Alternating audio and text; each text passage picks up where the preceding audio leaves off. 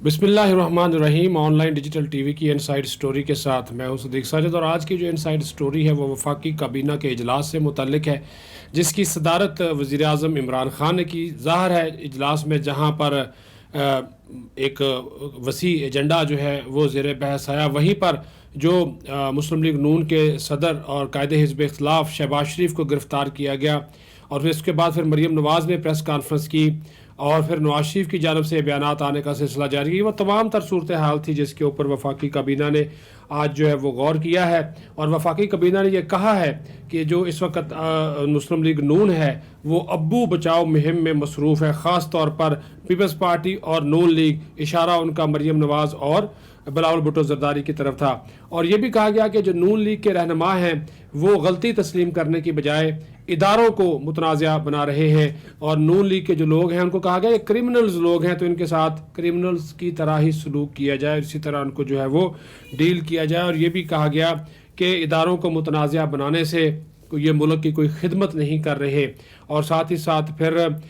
मरीम नवाज़ की जो press conference थी और इसमें भी उन्होंने काफ़ी गौर खौज किया, और फिर हुकूमत की हिकमत अमली जो है वो मुरतब की गई, और एक मरतबा फिर वज़ीर-ए-आज़म इमरान खान का ये कहना था कि वो किसी सूरत अपोजिशन की ब्लैक मेलिंग में नहीं आएंगे। जो मरीम नवाज़ ने कहा है कि हमारे पास इस्तीफ़ों का ऑप्शन मौजूद है, हमारे पास जो है वो लॉन्ग मार्च करने का ऑप्शन मौजूद है, इसके ऊपर भी जो है वो बात हुई, और कहा गया वज़ीर-ए-आज़म की जानब से कि अगर ये ऐसा करते हैं तो फिर उनकी हुकूमत अगर उनसे साथ ब्लैकमेल अगर ये चाहते हैं कि होगी तो किसी सूरत नहीं होगी, ये इस्तीफ़े देकर अपना शौक़ पूरा करें, ज़िमनी इंतखाब करवा दिए जाएंगे। और साथ ही साथ उन्होंने कहा जी लॉन्ग मार्च अगर ये करना चाहते हैं तो बखुशी लॉन्ग मार्च भी कर सकते हैं, लेकिन इदारों को मुतनाज़ा बनाने और हुकूमत और फ़ौज के दरमियान जो इस वक्त एक मसाली हम आहंगी है उसको मुतासर करने की किसी कोशिश की जो है वो किसी कोशिश को कामयाब नहीं होने दिया जाएगा। अच्छा, एक और उसमें इशू था, ट्रेडिंग कॉरपोरेशन ऑफ पाकिस्तान के ज़रिए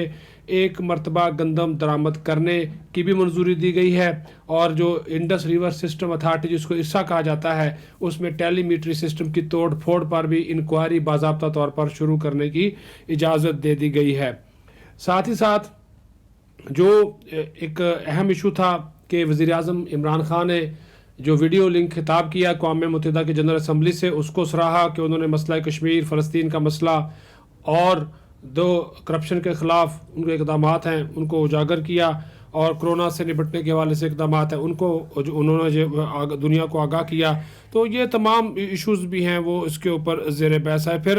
जो कर्ज़ों और डेट सर्विसिंग और बरतानवी एयरलाइन अटलांटा एयरलाइंस की पाकिस्तान में सर्विस के इजरा पर भी ब्रीफिंग दी गई है, और साथ ही साथ फिर नीलम जेहलम हाइड्रो पावर कंपनी के सीईओ की तकर्री का मामला काबीना में पेश किया गया है, और सेक्रेटरी काबीना, ये बड़ा तवील अरसे से इशू चल रहा था, आखिरकार अदालती हुक्म को देखते हुए सेक्रेटरी काबीना अहमद नवाज सुखेरा को इस्लामाबाद क्लब का नया एडमिनिस्ट्रेटर मुकर्रर करने की मंजूरी जो है वो दी गई है। अच्छा, इसमें एक जो चीज़ है वो आपको बताने की बहुत ही ज़रूरी है कि आपको पता है कि इदारा जाती इस्लाहात के लिए डॉक्टर इशरत हुसैन जो कि वज़ीर-ए-आज़म के मुशीर हैं बराए रिफॉर्म सिविल सर्विस रिफॉर्म्स, उन्होंने आज रेलवे के हवाले से कि जो रेलवे की बहाली है और इसकी तंजीम नौ है,